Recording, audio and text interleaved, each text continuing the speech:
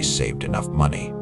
That part worked. What I didn't plan for was how late it would feel when I finally looked up and tried to enjoy it. For a long time, saving felt like the responsible thing, the adult thing. I told myself I was being patient, disciplined, smart. I believed that if I just built enough margin, enough safety, everything else could wait. Travel could wait, rest could wait, even certain relationships could wait. I thought enjoyment was something you earn after you eliminate risk. That logic made sense back then. My income wasn't stable. I'd seen people struggle after one bad year. I didn't want to be anxious about bills or trapped by debt or dependent on anyone, so I said no to a lot of things. I skipped trips because they felt unnecessary. I worked extra hours instead of taking long weekends. When friends spent money on experiences, I quietly judged them as reckless. I told myself I'd do all of that later, when it was safer. There was always a reason to wait.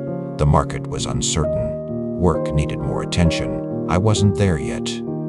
I remember coming home late one evening, heating up leftovers and checking my accounts out of habit. The numbers were finally solid. More than solid, actually. Enough that younger me would have felt relieved. I stood in the kitchen for a moment longer than usual, expecting to feel something. Pride, maybe. Freedom. What I felt instead was tired. Not dramatic exhaustion, just a dull heaviness. Around that time, invitations slowed down, not suddenly, gradually. Friends had different schedules, different priorities. Some had health issues, some had kids, some had moved on. When I finally had the money and the flexibility to say yes, there were fewer people asking. I also noticed something else. My body negotiated differently. Long flights felt harder. Sleeping in unfamiliar beds took longer to recover from. Adventures required more planning, more recovery time. I could still do most things, but they came with friction that hadn't been there before. I watched a younger colleague take a month off to travel. I remember thinking, that's irresponsible. But later, when he showed photos and talked about the people he met, I realized something uncomfortable. He wasn't delaying his life, he was integrating it. He accepted some uncertainty in exchange for memory, energy, and connection. I had optimized for security. I hadn't optimized for timing. Money is patient. Life isn't. I'm not saying saving was a mistake. It gave me options. It reduced stress. It protected me in real ways. But I treated enjoyment like a reward at the end of a race, instead of something that runs alongside it.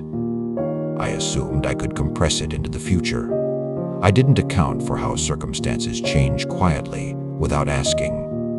Here's the part I want you to notice. Waiting has a cost, even when it looks sensible. Every later is a bet that your health, curiosity, and relationships will still be in the same shape when you arrive. Sometimes that bet pays off. Sometimes it doesn't. And you usually don't find out until much later. If I could adjust one thing, it wouldn't be to spend recklessly. It would be to allow some enjoyment before it felt fully justified. To take certain trips while they were still easy. To say yes to more shared experiences, even when they delayed a financial goal by a few months. You don't need to choose between responsibility and living, but you do need to recognize that balance is time-sensitive. Some experiences are cheaper when you're younger, not in money but in effort. So save. Absolutely. Just don't save everything for later. Later isn't a place you arrive unchanged. It's something you grow into, with limits you can't always see in advance. Keep that in mind while you're planning so carefully.